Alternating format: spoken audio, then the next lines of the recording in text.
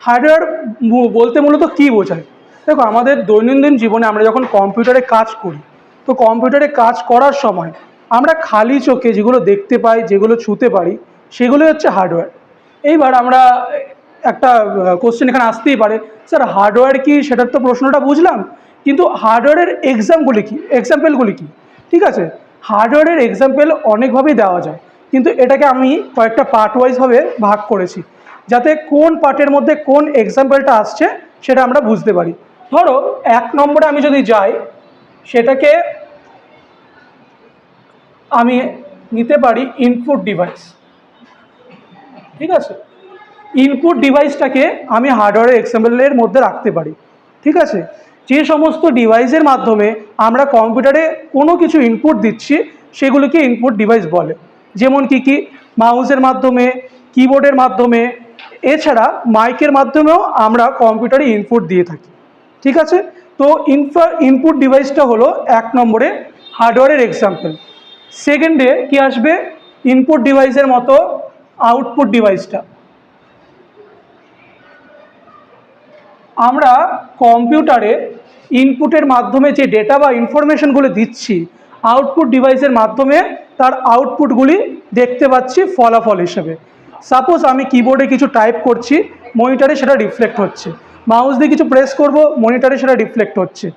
তো এক্ষেত্রে মনিটরটা হয়ে গেল আউটপুট ডিভাইস। মাইক্রোফোনে কিছু রেকর্ড করছি, সেটার আউটপুট শুনতে পাচ্ছি স্পিকারে, তো এক্ষেত্রে স্পিকারটা হয়ে গেল কি? Output device.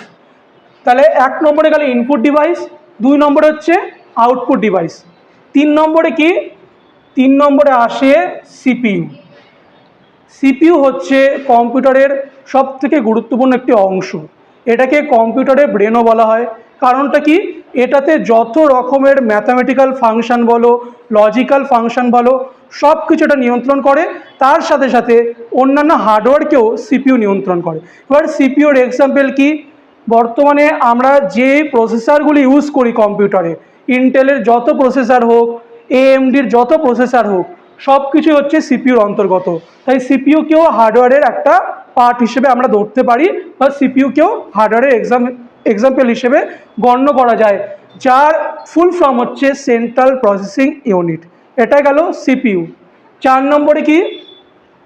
4 নম্বরে আমরা স্টোরেজ ডিভাইস, এটাকেও আমরা হার্ডওয়্যারের এক্সাম্পল হিসেবে নিই। স্টোরেজ ডিভাইস কি কাজ করে?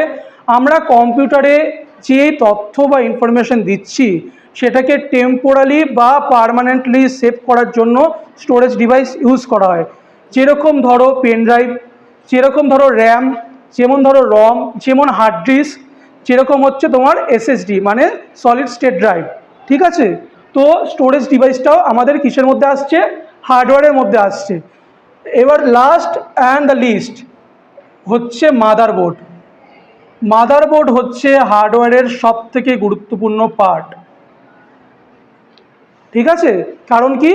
এটা হলো এমন একটা সার্কিট যেটা সমস্ত হার্ডওয়্যারকে একসাথে কানেক্ট করে রাখে।